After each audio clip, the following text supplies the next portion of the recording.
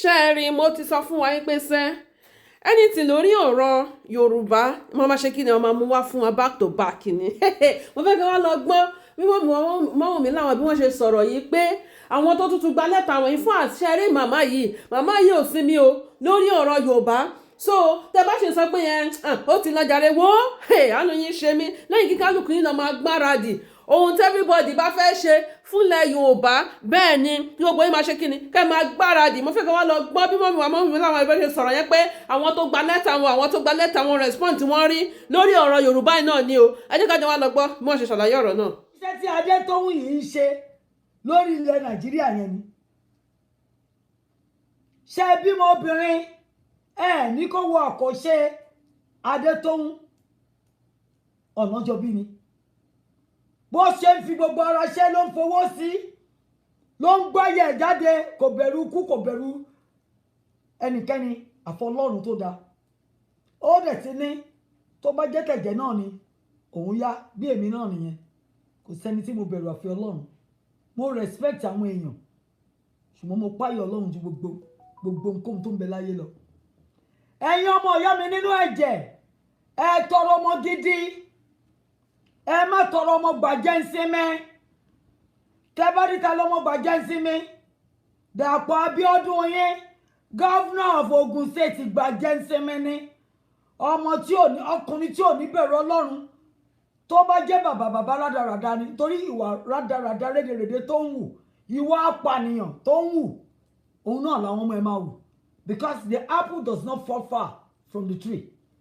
ìwà tí Dàpọ̀ Abiodun eléyìí tí bàbá Tinubu pé gan náà ló jẹ́ eléyìí tó ń kọ́wọ́ security vote fún wọn tó jẹ́ plain pad ló fẹ́ fi ṣe kọ́ńṣà ló ṣe kankan sílùú kò wá fún wọn ní good roads àìmọye èèyàn téèyàn ń pa ìdájọ́ lórí burúkú yín ẹ̀yin amukú mẹ́kọ̀ọ́ ẹ̀ ń gbè sẹ́yìn Dangote ti fi gbogbo mọ́tò ẹ̀bá títì jẹ́ lẹ́kọ̀ọ́ títí mọ́ gbogbo ọ̀nà tí ordinary car máa gbà ní Dangote ti bàjẹ́ ó fi ń pààyàn ó fi ń gbààyàn ṣùgbọ́n máa lè yẹn ẹ̀ lè mú ẹ̀yin tẹ́ ẹ̀ mú Gúnmi tó ń bá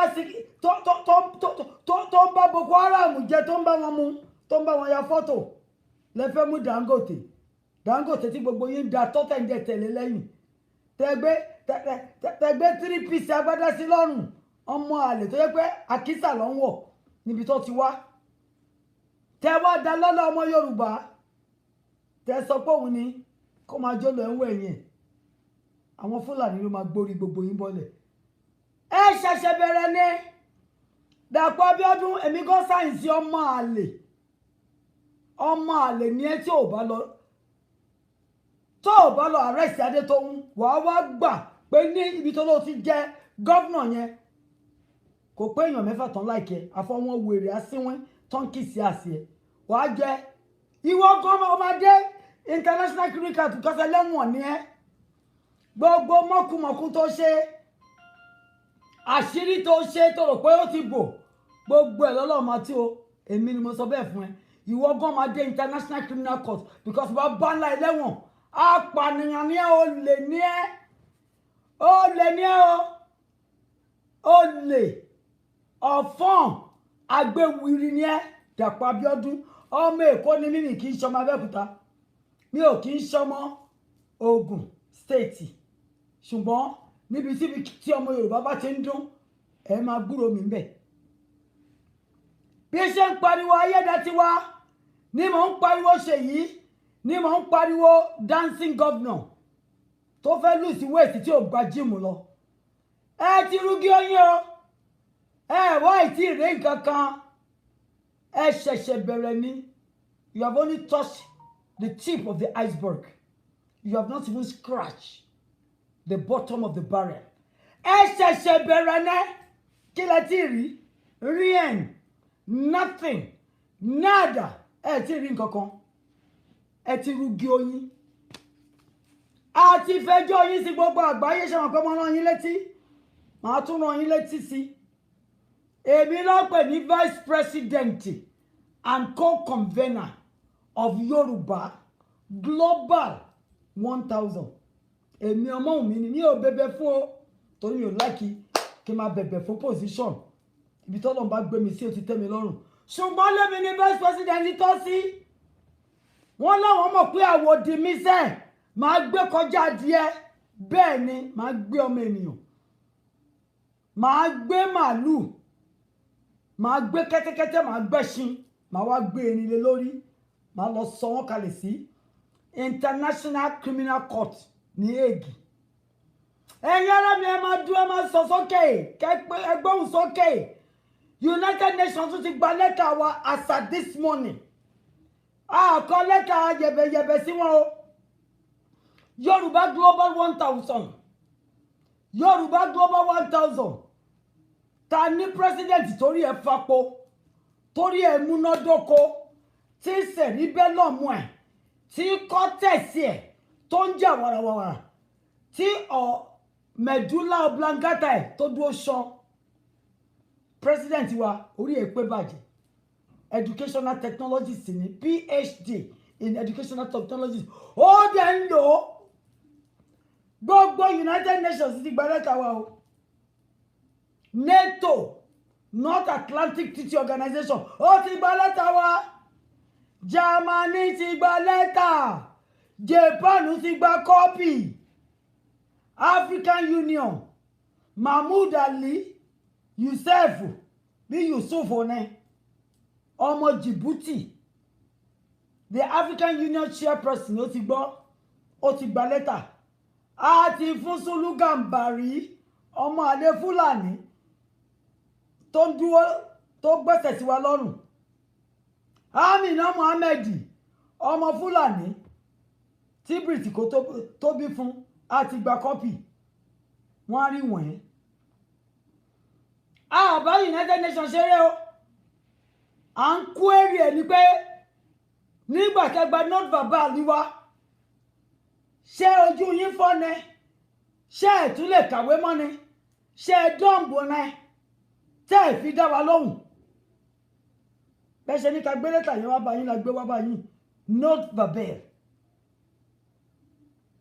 tá a kọ̀rọ̀ síbẹ̀ tó dandandandan tá a ní kẹ́ rìsẹ́tùlù Fúlàní ní orílẹ̀ Nàìjíríà tẹ́ bá wá rìsẹ́tù wọn ẹgbẹ́ sàríà tẹ̀lé wọn o ẹgbẹ́ Islamic Nation kẹfìdé wọn lórí kọ́kọ́rí burúkú wọn lọ olórí burúkú ni wọn àwọn amùtọ̀ àwọn ọmọ abá màálù sùn àwọn ọmọ amùjẹ àwọn ẹlẹ́fẹ́ bá ṣe ẹ sọ fún mi kí n gbọ́ ṣé àwọn ọmọ abá màálù sùn kọ́ wá introduce góòtù sẹ́yìn náà kẹ́ máa bá wọn sùn ṣé àwọn ẹlẹ́fẹ́ bá ṣe ṣé àwọn tó fẹ́ máa mùjẹ kọ́ wá kọ́ ẹ̀yìn náà bẹ́ ṣe mùjẹ àwọn kan tí ń sunú ẹ̀jẹ̀ pọ̀ mí ìmọ̀ bẹ́yẹ̀ mú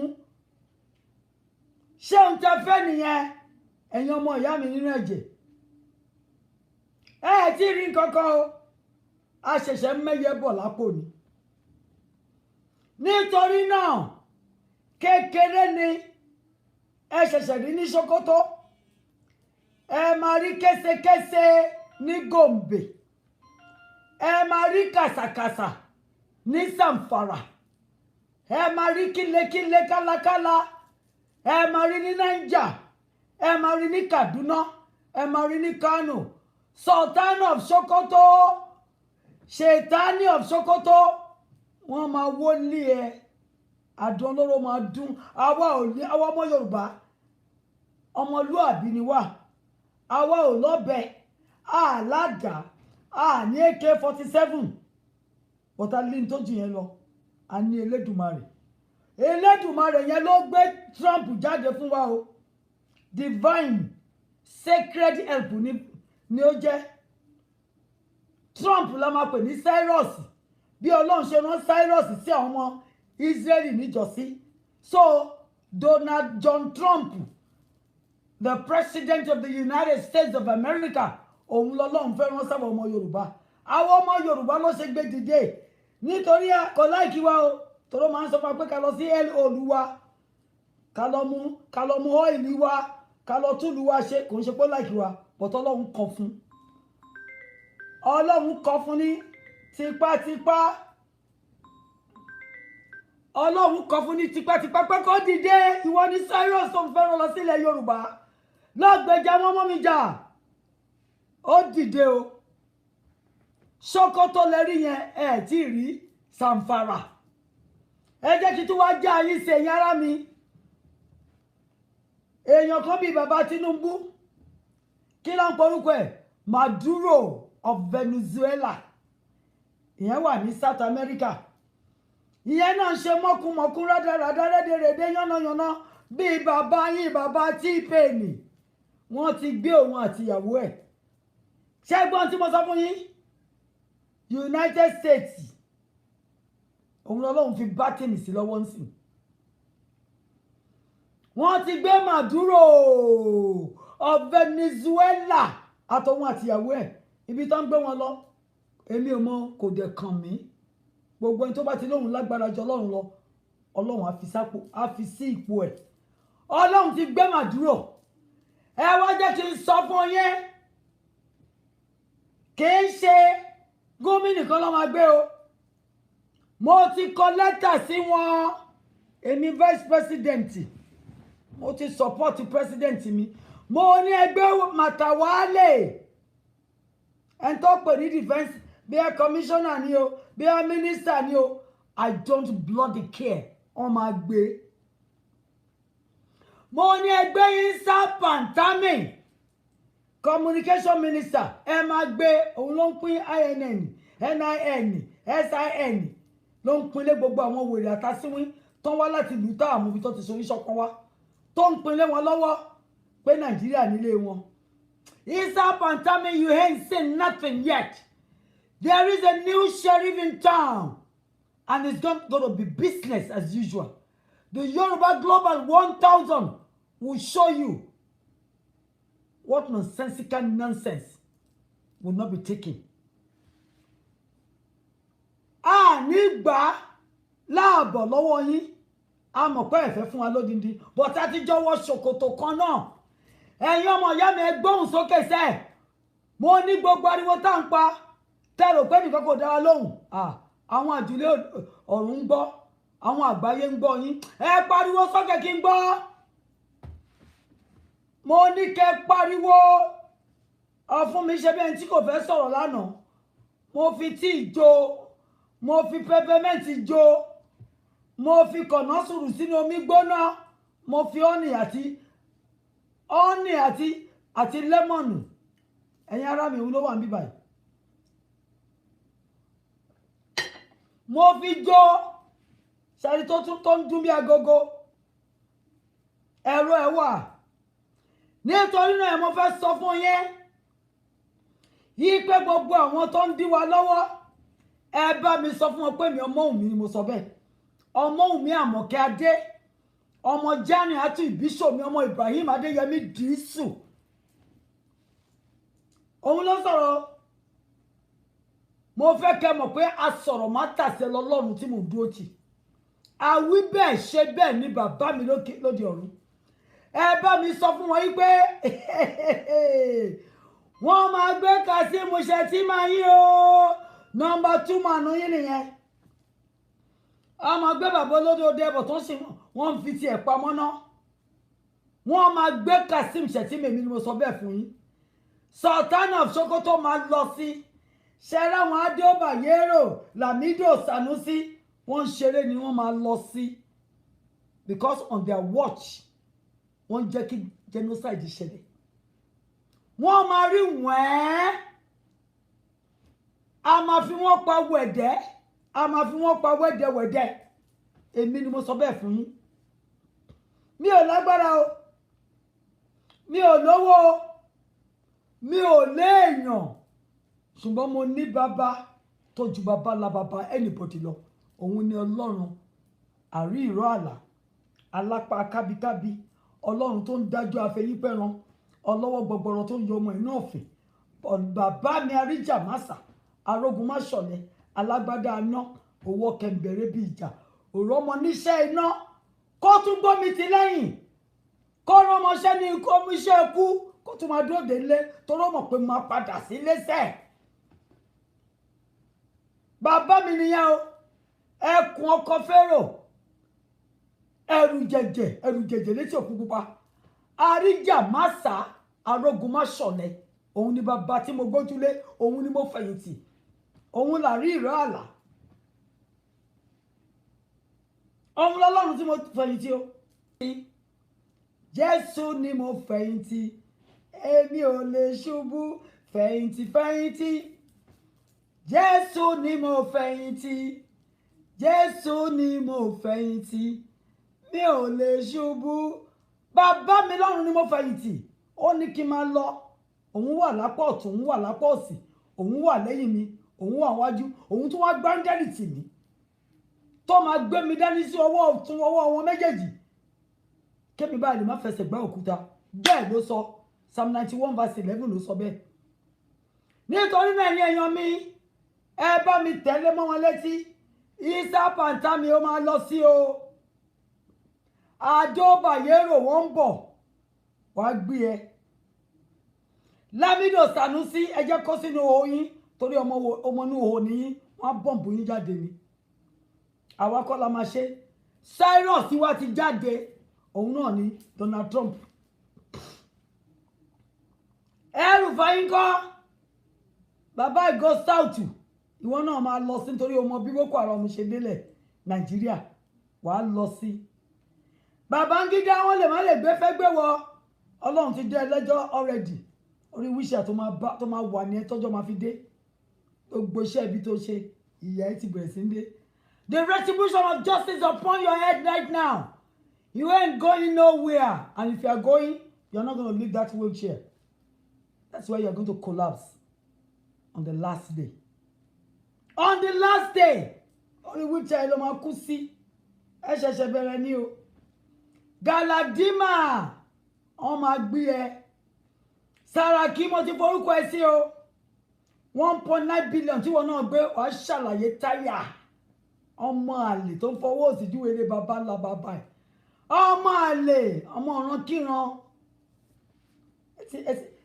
Àwọn tó ní wọ́n ti gàdílẹ̀ sí wọ́n ti gàdílẹ̀ àwọn fúfú dè àwọn olóòórùn onídọ̀tí. Ẹ kọ́ ṣìkú wájú mi kẹjẹ́ kárí bí lọ. Ẹ ṣẹ̀ṣẹ̀ bẹ̀rẹ̀ ni o. Ẹ tí ì rí nǹkan kan. Ẹ bá mi sọ fún Kasim Shettima pé òun gan máa lọ sí. Òun gan petro ní Boko Haram ISWAP. Ẹ wá sọ fún NSA yín tí bàbá Tinubu gan ń lò National Security Adviser kan o informant àwọn Boko Haram informant ISWAP ní Nuru Ribadu yẹn ọmọ àlè Ọlọ́run gbọ́rọ̀ bí ọ̀pá mọ́là. Ẹ bá mi sọ fún yín pé wọ́n máa gbé tán bá gbé máa pé Akwa Ibom coalition member wa ó lọ ó ń bọ̀ ní State Department á bá wa lọ sí State Department á lọ bá Greg Mix ìkànnì àwọn Democratic tó láìkè òtítọ́ àti òdodo á lọ bá wa sọ fún wọn pé wọ́n máa gbé Nuru Ribadu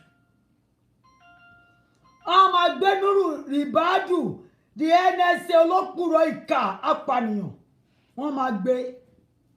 Ẹ bá mi sọ fún Kasim Shettima number 2 manu bàbá Tinubu pé èmi ọmọ òun mi sọ pé kó yá máa jẹun kó máa mú fúfú dè Nuru dè nùnà wọ́n máa gbé tán bá gbé èmi yà á gbé dé International Criminal Court wo máa gbé débẹ̀ gbogbo mọ́kùnmọ́kùn genocide tó ń fọ̀mẹ́ǹtì lórí ilẹ̀ wa wọ́n máa kàtáyà ṣe wá rẹ̀yìn ọmọ àlè Yorùbá wa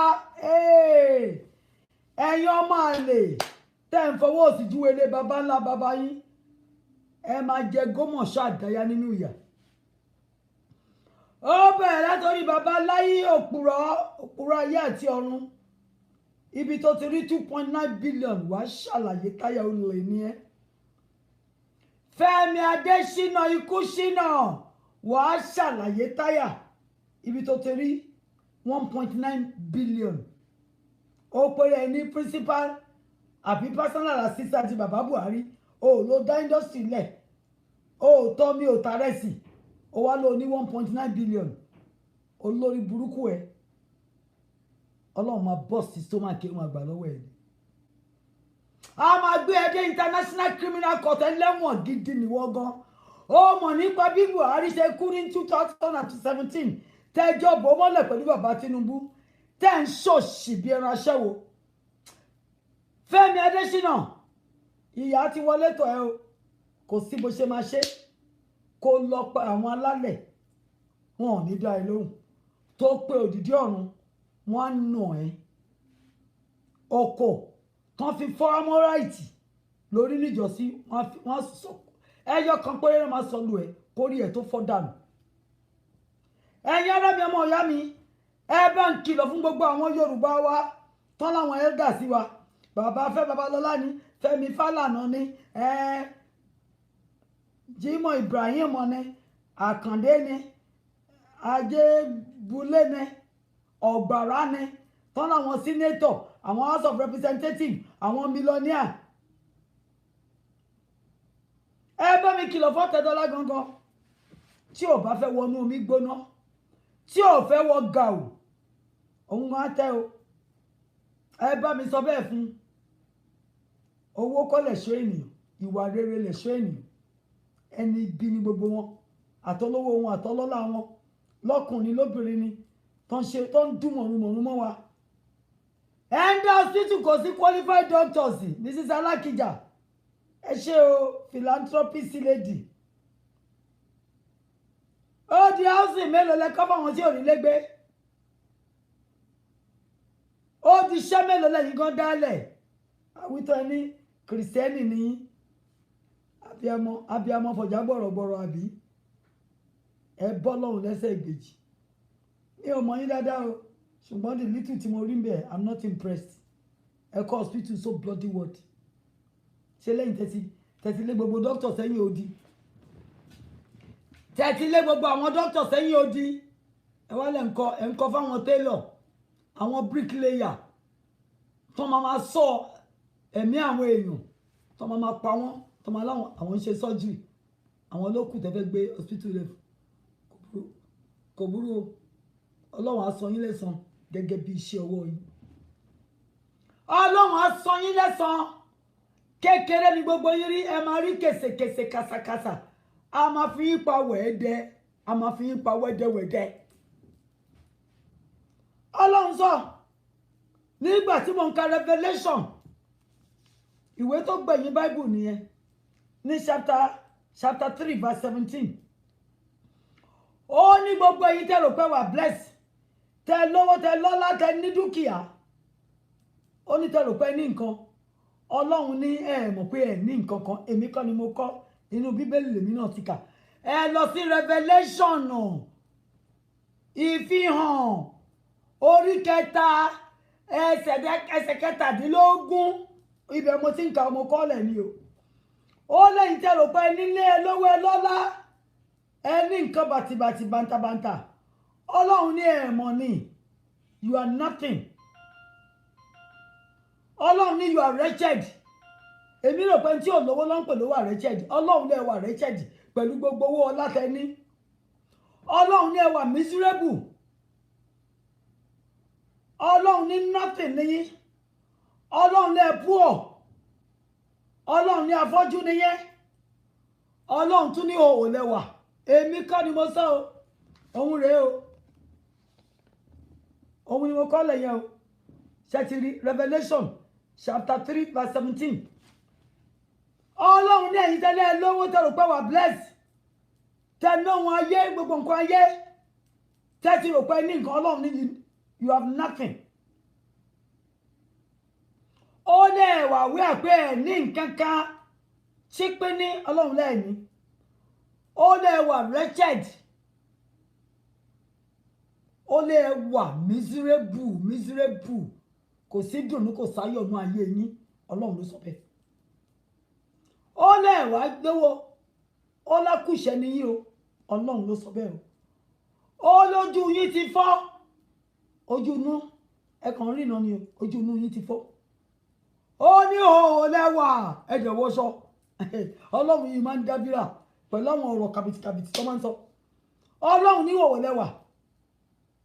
Even though 2 million lẹ fi ra gbádá 1 million lẹ fi ra fìlà gèlè ńkọ́ gèlè yíyọ ìkan lọ sí Sierra Leone ìkan lọ sí Ghana Ọlọ́run ní asán lórí asán ni pé níjọ́ tóun bá dìde ó ní gbogbo ẹ̀ lòun máa wó mọ́lẹ̀ lòun máa tẹ̀ báṣubàṣu mọ́ yín lórí èmi kọ́ ni mo sọ o ẹ má kọ tìmí mi ò kọ bíbélì ìwé lèmi ń kọ Ọlọ́run ló sọ bẹ́ẹ̀ ní Revelation chapter 3 verse 17 Ọlọ́run ló sọ èmi kọ́ ni mo sọ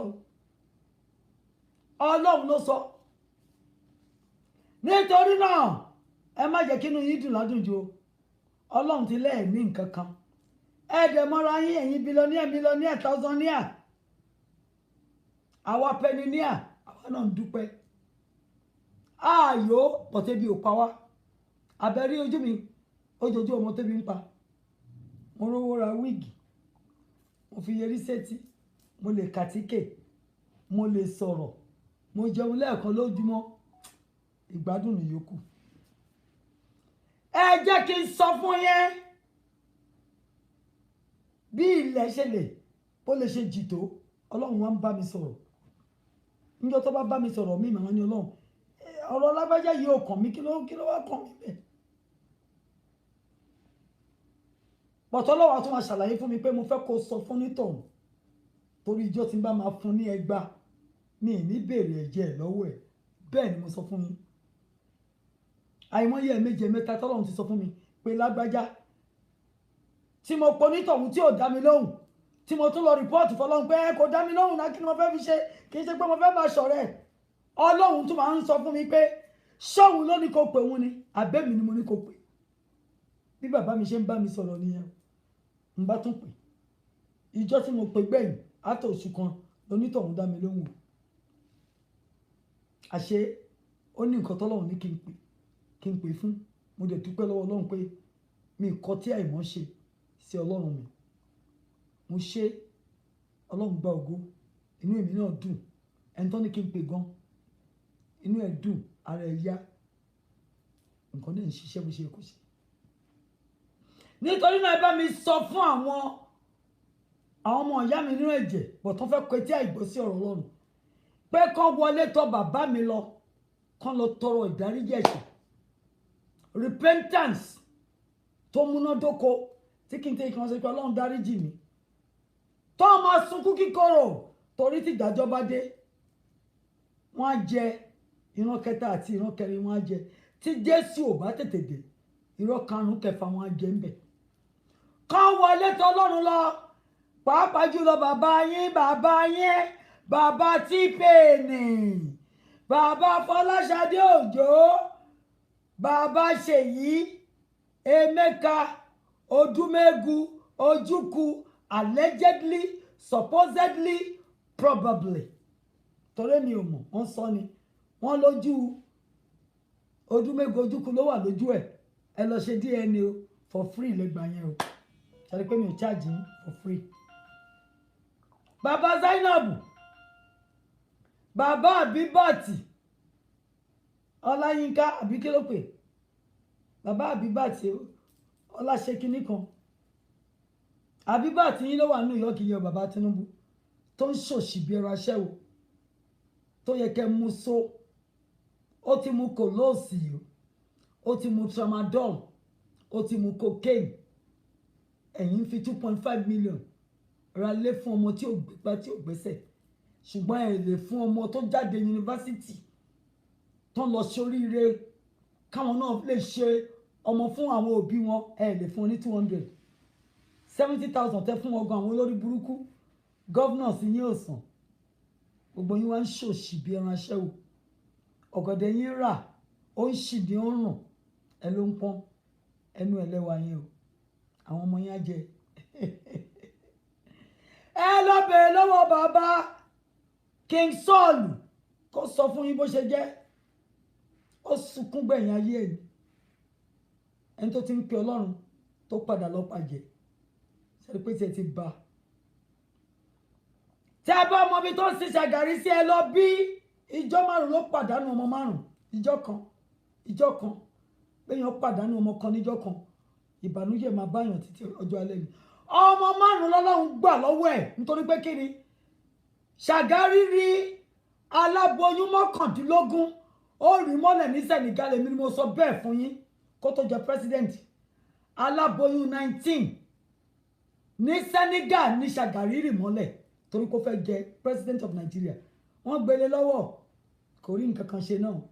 Wọ́n gbà lọ́wọ́ bàbá wa Ọbáfẹ́mi Awólọ́wọ̀. Wọ́n gbélé Ṣàgárí lọ́wọ́. Nígbà tó yẹ Ọlọ́run tó fẹ́ san ẹ̀san, Ọlọ́run adájọ́ afẹ́yín pẹ́ran àrí ìró àlà, Ọlọ́run alápá kábíkábí alágbádá aná, ọmọ 5 gidi ní Ṣàgárí ló ṣòfò ẹ̀. Mo ń parọ́kọ fún yín ní o, ẹ̀yin ọmọ Yorùbá yìí ó tẹ́ ní ọ̀run wọlé fẹ́ gbẹ́sẹ̀ lé, ẹ̀ ń tẹ ojú Ọlọ́run fẹ́ tẹ̀ mọ́lẹ̀, ẹ̀ ń gbé ẹsẹ̀ yín sí ọ̀run ọmọ Ọlọ́run. Ẹ mọ̀ pé ẹ̀yin ojú Ọlọ́run ni àwa ọmọ Odùduwà. Ẹ mọ̀ pé àkàndá ènìyàn ni wá torí èèyàn kan nínú wa. Ọlọ́run lè dá gbogbo sílẹ̀ ayé gbogbo yín. Nítorí David àtàìgbọ́ràn King Saul, Ọlọ́run polúṣọ gbogbo ilé ayé ẹ̀ torí David àtàìgbọ́ràn. Ẹ wá wo àwa 60 million tẹ́fẹ́ fẹ̀mí wa légbodò, ẹ máa parun fún wa ni o. Èmi kọ́ ni máa ṣe, áńgẹ́lì Ọlọ́run wà tọ́lọ̀ máa rán jáde tó máa pa 185,000 yín. Ẹgbọ́n tí mo sọ fún yín, 185,000 yín tẹ́lá àní lọ. Ìjọ kan ni áńgẹ́lì Ọlọ́run ló máa bì yín wó. Ó ti ṣẹlẹ̀, á tún ṣẹlẹ̀. Tẹ́ bá gbé plane tẹ́lẹ̀ fẹ́ sá lọ, ajaba jóná bí gúgúrú, bí abatiwí gépè ní ṣe jóná. Kọ́lọ́n kó fọ̀nù kẹ ọmọkùnrin náà. A jóná bí gúgúrú, wọn ní rí èékánná yín. Bèlèkàlẹ̀ tó máa rí fíńgà yín. Ẹ lọ tọrọ ìdáríjì ẹ̀ṣẹ̀ bí ṣe ń pariwo fún yẹn. Ọlọ́run gbé mi lóhùn síta. Ó sọ mi di ọjọ́ èní. Kí lè ráyè máa sọ tí mò ń sọ fún yín ni. Kò yẹ kẹ́mi gan wà láyé. 25 years ló yẹ kí n ti lọ. Ṣùgbọ́n Ọlọ́run ní irọ́ kò tí ìyá ọmọ mi. Mo ní ìdí ẹnu ẹ tó mú dáadáa yẹn, mo ní ìdí ẹ. Àti kékeré lẹ́nu mi ti mú o. Tí bá rò tó máa sọ tó bá máa ṣe kéṣe. So bàbá tí pè mí, ẹ lọ gbé crowboro snake yín jáde ọlọ́pàá. Àwọn èèyàn kan ti ju Daniel sínú ihò kìnìún panu dé ni kò lè ṣe nǹkan kan. So ẹ gbé gbogbo tẹ́ bá ní kẹ́ gbé jáde. Ẹ bọ́ lọ́hùn mi ẹsẹ̀ gbèjì. Á sọ̀kalẹ̀ tínátíná á jó yín bí gúgúrú. Ká lọ máa pa ni apẹ̀rin yín ọjọ́ ọmọ apẹ̀rin. Who are you, host mountain before Zerubbabel? It shall be made plain. Gbọ́rọ̀ yín ṣe máa rí nìyẹn. Ẹ̀yin ọmọ ìyá mi ẹ bá mi fi jíṣẹ́ fún wọn o. Pé kẹsẹkẹsẹ lọ́ní rí ní Sokoto. Wọ́n máa rí kàsàkàsà ní Zamfara, ní Gombe, ní Kano, ní Katsina, ní Kaduna, ní anywhere in the north. Táwọn olórí burúkú ń sọ pamọ́ sí. Wọ́n wá bá mi lọ sí Ìlọrin. Wọ́n lọ bá mi dá sí àríà fún Abdulrahman Abdulkarim, olórí burúkú gọ́vnà. Wọ́n máa gbé ẹ o, gọ́vnà of Kwara. Wọ́n máa gbé ẹ nítorí a ti sọ fún wọn. Ẹ̀yin tó máa bá wa gbé. Gbogbo ẹ̀yin 25 tẹ́ jí $92 billion. Ẹ ti wọ́ gà o. Ẹ ti wọ́ ṣòkòtò olóró. Àwa la máa fà mọ́ yín lára rẹpẹrẹpẹ yamayama. Ẹ máa dé International Criminal Court ní Hague. President Donald Trump ó ti pa ìlórúkọ yín jọ, ó wà ń bí báyìí. Lai Mohammed ni o, Fẹ́mi Adésínà ni o, Ayọ̀délé Fáyọ̀ṣe ni o, ọmọ àlè Sàràkí ni o. Gbogbo yín lórúkọ yín wà ń bí o. Ọ̀hún forúkọ bàbá Ọbásanjọ́ sí o. Ṣùgbọ́n bàbá Ọbásanjọ́, ẹ̀yin gan máa ṣe wọ̀n. Èyí tó kù ń gbé sílé ayé yín. ẹ fẹ́ wọ́n ẹ fi parí ẹ̀ ibi tẹ́ ti rí $18.2 billion business tẹ́ dálẹ̀ company tẹ́ dálẹ̀ operation feed the nation ẹgbàá dání ẹ sọ di tiyín library Nigeria ẹgbẹ́ sọ di tiyín ìwé mélòó lẹ́ka Mr. Olodo upon zero ṣe fẹ́ fira yín wé Wọlé Ṣóyínká ni olódo nìyín ẹ bá bí ọlágan wà ní kíláàsì olódo nìyín ẹ lọ sójú ogun gan wọn nírọ̀lẹ́pẹ́ ẹ lè jagun Àlàbí Ìsámà lọ́lẹ̀ nìyín ìrọ̀lẹ́ ń pa gbogbo ogun tí Benjamin Adékúnlé jà lẹ́yìn sọ pé yìí lẹ ṣe bàbá onírò oníkòmọkòtò ajẹ lójú onílé jẹ lójú àlejò èkúté ilé tó ń sábọ́lógbò ìyá àgbà Fúlàní ló máa pa yín gbogbo bó wa tẹ jí kò ní fùnà ilé tẹ fi kọ́ tsunami ló máa wo earthquake ó ń bọ̀ tó máa ṣèkì yín àwọn bíi 8.2 something tó máa ń pè á ṣèkì yín gbogbo tó wà lára yín ló máa jábọ́ kìnìún tẹ gbé sílé ó ń bọ̀ àgé yín jẹ ẹ̀yin ló máa padà wá pa ṣẹ́gbọ́n tí mo sọ fún yín bàbá Ọbásanjọ́ kìnìún tẹ gbé sí ẹ̀yin òdílé yín ó máa já géètì ó máa wá ṣe yín aṣùyàn mayàmá ẹ̀yin bàbá òṣì ẹ bá mi sọ fún Ayédatiwa gómìnà of Ondo ọmọ àlè ni ẹ o wọ́n ní 2.86 million tá a rò pé bàlá ni wọ́n ní wèrè Wàzírì kan ló gbélé lọ́wọ́ ó pé àwọn ẹlẹgbẹ́ nílẹ̀ Yorùbá ó ní kí Lagos State dá sí mo mọ̀ pé gbélé Wàzírì àti bàbá Tinubu lọ́wọ́ ó máa ṣègbé ni wojú mi dáadáa ọmọ aláṣẹ ni mí tó bá jẹ́ lórí òtítọ́ àti òdodo ló ní orí burúkú memorandum of understanding kankan pẹ̀lú Wàzírì àbí Bala Muhammed Ayédatiwa David Ayédatiwa àbí Mark Ayédatiwa ló ń jẹ́ ó ti rúgí oyin o torí mẹ́ntó ń bá ṣe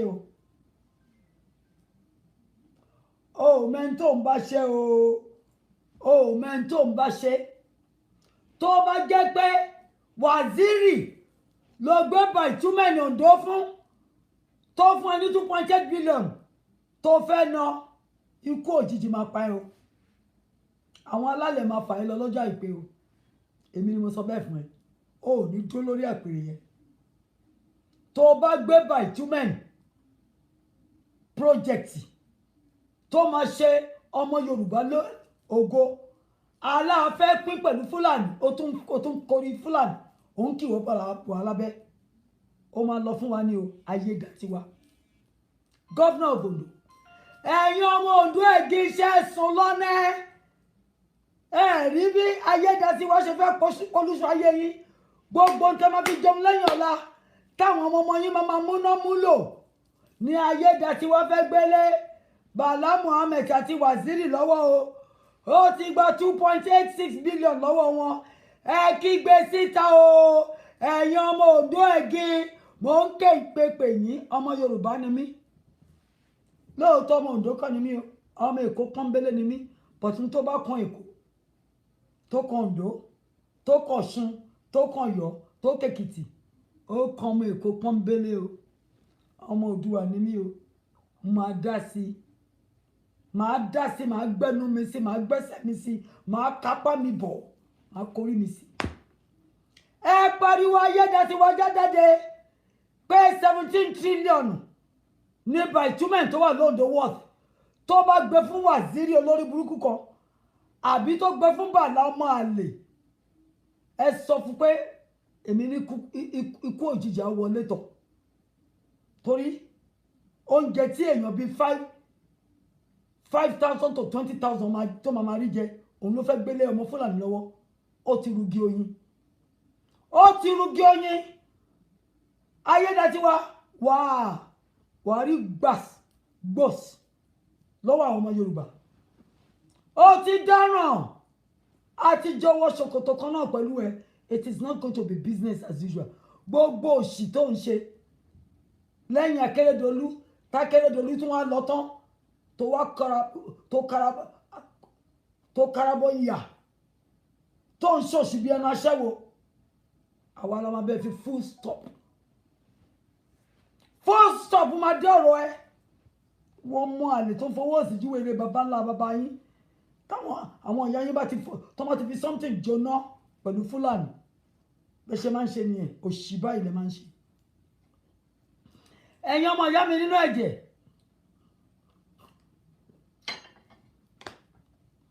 ẹ bá mi sọ fún wọn pé bàbá Trump ó máa gbé kọjá Wike o, ó máa bọ́ǹbù kọjá Sokoto, ó máa dé Zamfara, ó máa dé Gombe, ó máa dé Kaduna, ó máa dé Kano, ó máa dé Katsina, ó máa dọ́dọ̀ Niger. Tó bá dé Niger adélé Babangida, wọ́n kàn fún ní slap ní gbasgbos díẹ̀, kò sí tó fẹ́ fi ṣe. Ó ti wà lórí wíṣẹ́ ayérayé, ibi tí Babangida máa parí ayé ẹ̀sìn nìyẹn. Gbogbo yín lẹ máa jìyà yín. Ọlọ́run ní ẹ wà naked pé òwò lẹ́wà, pé bànújẹ́ wà ní ayé yín. Ó lẹ̀ ní nothing, nada, rien, fábàdà. Ó lẹ̀ ní olójú yìí ti fọ́. Èmi kọ́ ni mo sọ. Ó wà ní Revelation, ìwé Revelation chapter 3 verse 17. Ẹ lọ ka nǹkan t'Ọlọ́run sọ nípa yín. Ó máa wó yín ṣubú ni ó máa wó yín lulẹ̀. Ẹ̀yin ọmọ ìyá mi, mo ti sọ fún yín pé èmi náà fi ṣe vice president. Ó sound nice létí èmi náà. Ní kò burú. Doctor lèmi mọ́ra mi sí o. Mo gba doctorate degree. Ṣùgbọ́n wọ́n ní vice president. Oyè ńlá ni. Oyè ńlá ni. Oyè ńlá ni. Èmi ni vice president, co-convener of Yoruba Global 1000. Mo á fẹ́ sọ fún yín pé àwọn kan lọ́pẹ̀ láwọ̀ òdì tó hàn lè gbẹ́ran o, hàn lè gbádìyẹ. Èmi máa gbé ìyá láyà mú.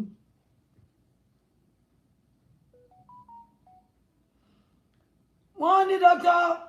Abbas Waziri kan, òun ní adéda tí wọ́n fẹ́ gbé bitumen ní 17 trillion lé lọ́wọ́. Ikú máa pa gbogbo yín dànù ni o. Àwọn alálẹ̀ máa yẹgi mọ́ yín lórí, wọ́n máa fọ́ yín lórí dànù. Ayédátiwa tó o bá tètè yí ìwà ẹ padà nínú ọdún tó wà yìí, o máa polúṣọ ni o. O máa bẹ́ẹ̀ ni mo sọ, inú àṣẹ ni mo fi sọ. Mo sọ jáde àṣẹ́gun. Tó o bá gbé bitumen 17 trillion yẹn léwèrè Waziri lọ́wọ́, tó o dá 2.8 billion yẹn padà, kò jẹ́ kí àwọn stakeholders l'Ondo, kò jẹ́ kí àwọn ọmọ ilẹ̀ Yorùbá kán gbárùkù tiẹ̀, ó máa fi kú, wàá fi ṣe fàjẹ́. Èmi ni mo sọ bẹ́ẹ̀.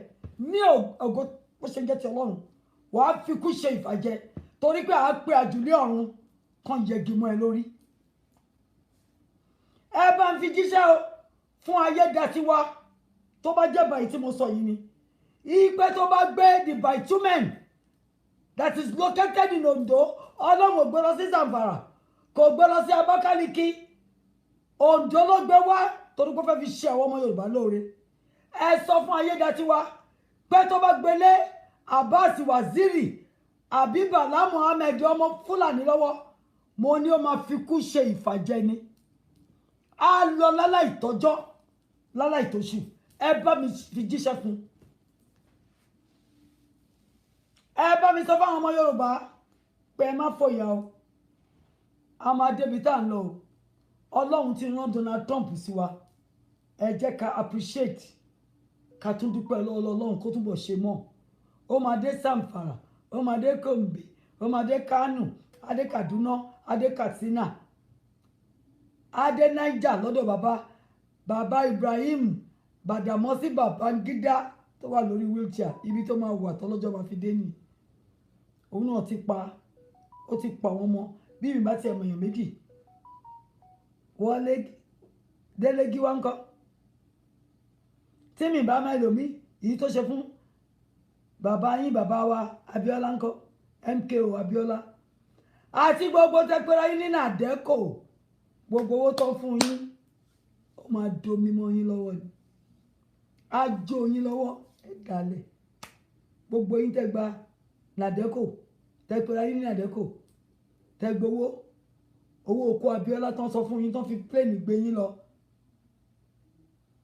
ẹ máa jábọ́ ni ẹgbọ́n tí mo wí fún yín ẹ máa jábọ́ ni ẹ ṣẹ̀ṣẹ̀ bẹ̀rẹ̀ ní o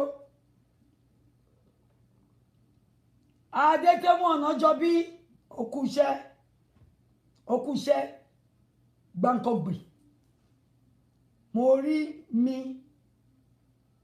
mi nínú ẹ̀ torí mi náà mo lẹ́nu láti sì sọ̀rọ̀ torí pé Ọlọ́run ó fi gboyà sí mi ṣùgbọ́n má pọ́n Babájídé sanwó okú sanwó gbóni má pọ́nlé o ọmọ àlè kan lòun náà o gbogbo nǹkan tí bàbá Tinubu fẹ́ kó ṣe tó lòdì sí ìjọba Ọlọ́run òun ló ń ṣe ọmọ àlè náà ni Babájídé o ẹrú ìrùdí bàbá Tinubu ni ó ṣẹ̀ṣẹ̀ fún bàbá Tinubu ní 213 billion bá mi bèrè lọ́wọ́ ẹ̀ Adétóun pé 213 billion for what?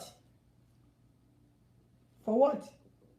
Gbogbo owó tá máa fi ṣomi sílẹ̀ lẹ́kọ̀ọ́ tá máa fi ṣe ná òun ló lórí burúkú Babájídé ó lè gba ambulance jáde torí pé deep down kò sẹ́ni tó máa rí ẹtí èmi láìkẹ́ torí o káràmásìkí ọmọ èèyàn o nífẹ̀ẹ́ àwọn èèyàn and you are professional to the core good ó lè jẹ́ ní tó ṣe sí i olórí burúkú kan náà ni ìní o òun kọ́ ló ń ra nǹkan kan ní 145 iná kan ní 145 million ìyẹn olórí burúkú yìí ọmọ àlè yìí tó ń náwó wá nínàkúnà ọmọ tí ò ní school start tẹ́ pé yíwèé bíi bàbá Tinubu lòun náà wọ́n jọ ń yí mọ́ra wọn lọ́wọ́ ni 5 and 6 ni wọ́n bàbá Tinubu òun ló sọ àwọn ọmọ mọ́ọ̀lù ẹ̀ àwọn MC olú ọmọ àwọn Kókó Zaria ló sọ wọ́n di mílíọ̀nì ọ̀sán gangan àwọn tó ń ṣiṣẹ́ ibi fún wọn nìyẹn tó ń bá wọn páyé èèyàn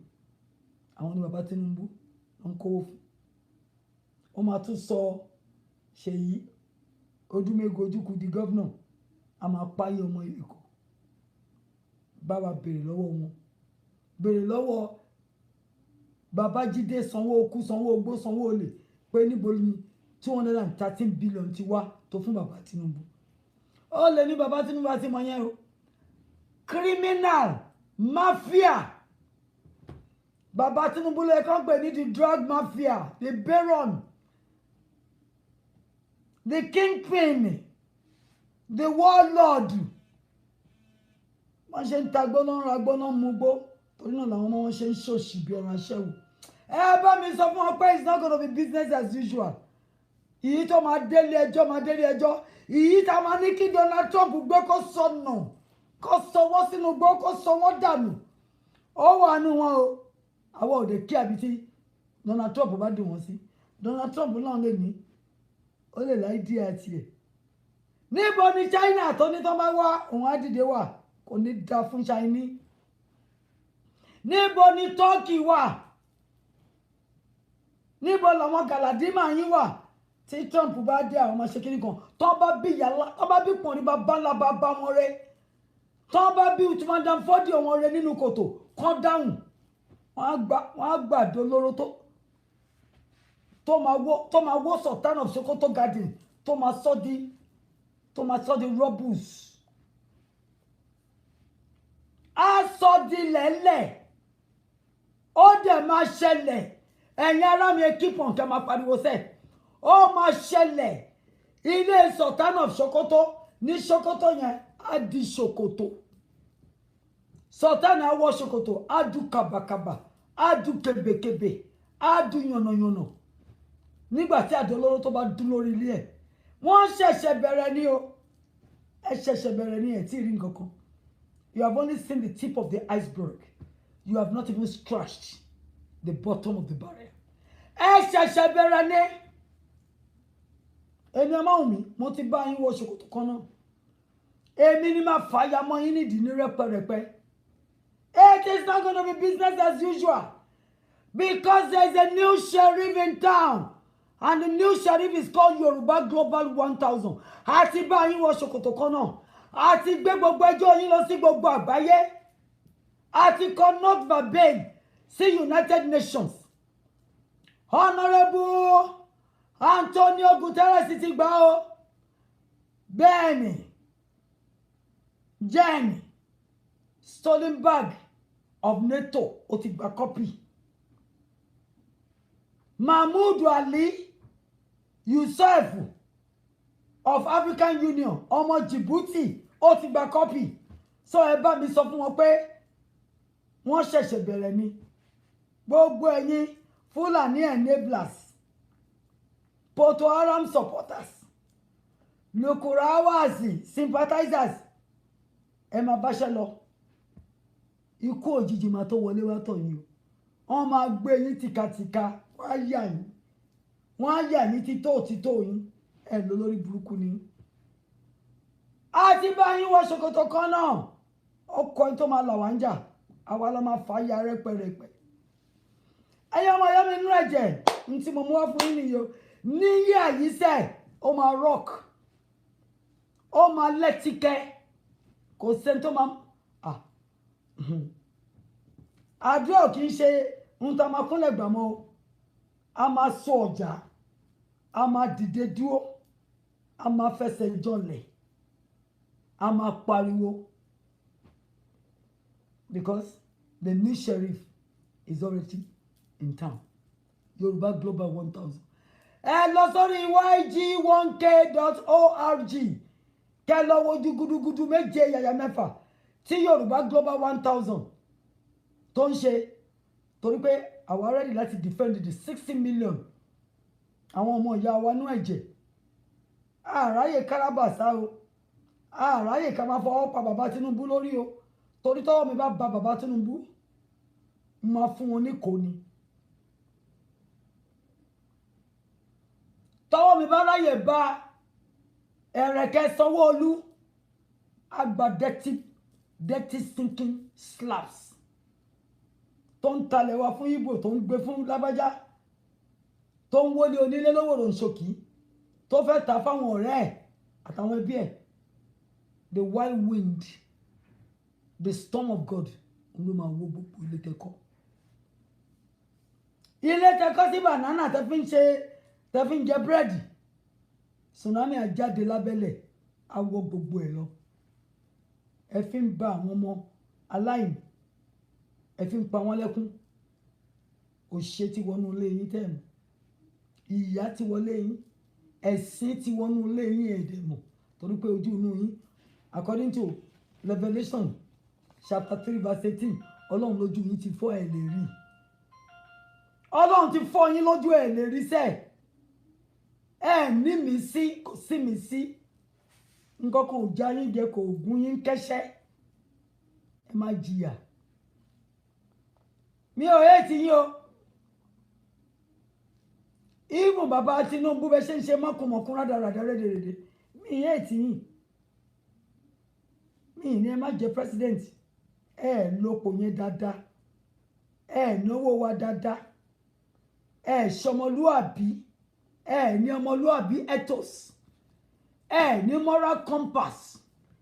Ẹ ní empathy. Ẹ ní compassion. Ẹ wà sensitized to the need of the Yoruba people. Ẹ láàánú lójú. Ìkà ènìyàn ní. Ẹ ní ìpáyà Ọlọ́run. Ẹ ní ìbẹ̀rù Ọlọ́run.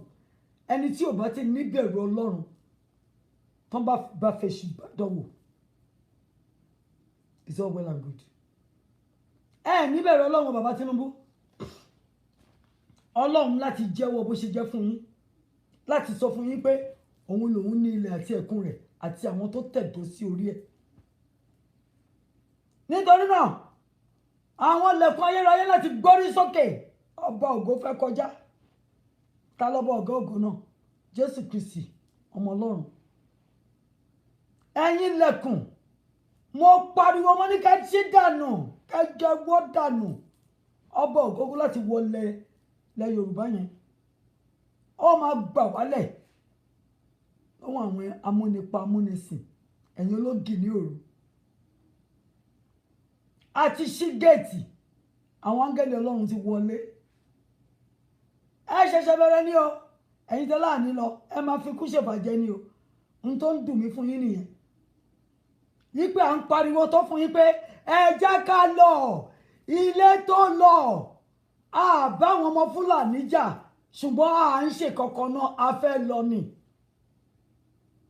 Àbáwọn ọmọ Ìgbò tán a ti gbà wọ́n láyè a ti fẹ́ ẹ̀tọ́ wọn ẹ̀tọ́ wa tí ò ń ṣe tí wọ́n a ti gbélé wọn lọ́wọ́ ṣùgbọ́n nílé tó lọ a fẹ́ lọ lé à ń ṣọmọ àlè ọmọ Odùduwà níwà àwa lọmọ aládé àwa lọmọ onígbùkẹ̀rẹ̀ àwa lọmọ oníbàtà àwa ọmọ lọ́rọ̀ àwa lọmọ elédè àwa lọ́lọ́run fi fún lórí ilẹ̀ gbogbo ilé ayé náà ti mọ àwọn ọmọ Odùduwà bá ṣe ń ṣeré lápá ọ̀tún là ń yọ lápá òsì là ń bọ̀ látẹ̀yìn là ń wá síwájú là ń dúró níwájú là ń ṣàyà gbangba àwọn ọmọ Odùduwà ló ń pè bẹ́ẹ̀.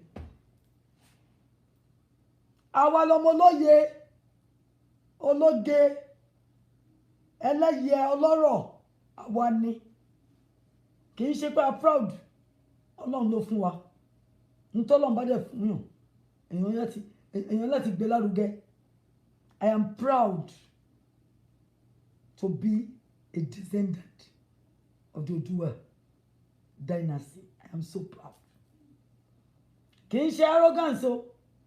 I have pride in the fact that ìbẹ̀rẹ̀ Ọlọ́run ń wò mí ṣùṣùṣù kó tó gbé mi sínú ìyá mi pé ilẹ̀ Yorùbá yẹn ilẹ̀ àwọn ọmọ Oòduà yẹn ni mo fẹ́ kó bí ọmọdé yìí sí.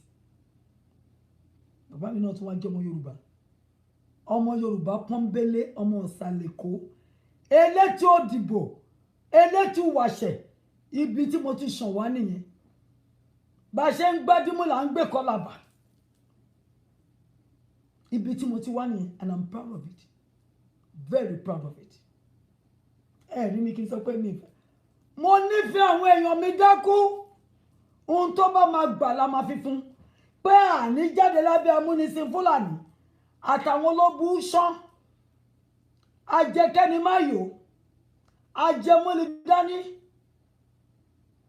asọ̀rùnwájú pọ̀ mọ́ ti pàkọ́ tó ń jẹ́ àwọn ọmọ ìyá wa nínú ẹ̀jẹ̀ tán láàní lọ ẹ bá mi sọ fún wọn pé wọ́n ti rugi oyin wọ́n ti rógo láláìdésẹ̀lẹ̀ tán bá ṣọ́ra ṣe tó máa kú túẹ́ ní 2026 ó wà nú wọn èyí tó máa gbélé ṣòde tí ò ní lè jáde síta tó máa fi teaspoon tó máa fi gbé ice water sí lẹ́nu ó wà nú wọn o èmi ni mo sọ bẹ́ẹ̀ and then èyí tó máa jáde tó máa sán lórí káwáyín tí yàbá pọ̀ òsì ò ní ìgbà ó wà nú wọn torí náà kún ṣọ́ra o kán má lùgbàdì àwọn ọmọ Yorùbá o ẹ má lùgbàdì àwọn ọmọ Yorùbá o ẹ̀jẹ̀ wa lé o orí wa lé o àwọn alálẹ̀ wọ́n ń gbè wá lẹ́yìn o tẹ́ ẹ̀ bá fẹ́ ṣorí burúkú ní ọdún yìí ẹ fi wá lẹ̀ ká àwa Yorùbá global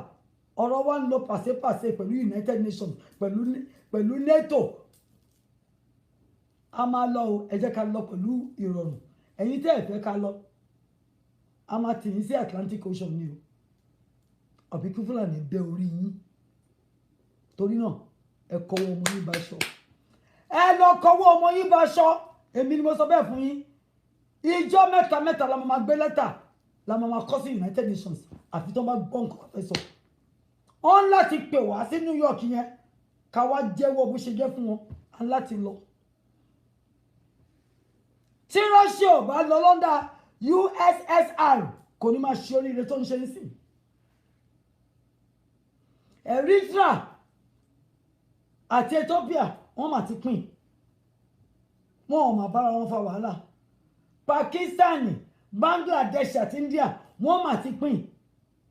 Kí ló wá ṣe ẹ̀yin amukú mẹ́kọ̀ọ́ tẹ́láwọ̀ ọmọ. ti rí ohun tí a mú wá fún wa lénìí, ẹ bá wa like, ẹ bá wa share, ẹ bá wa subscribe sí Orí Òjíṣẹ́ TV, ẹ bá wa tẹ notification bell so that a bá tún mú àwọn àkọ̀tun wá fún wa, ẹ̀yin lẹ́ ò kọ́kọ́ máa rí títí di ìgbà tá ò tún máa pàdé lórí Òjíṣẹ́ TV. Ó dàbọ̀.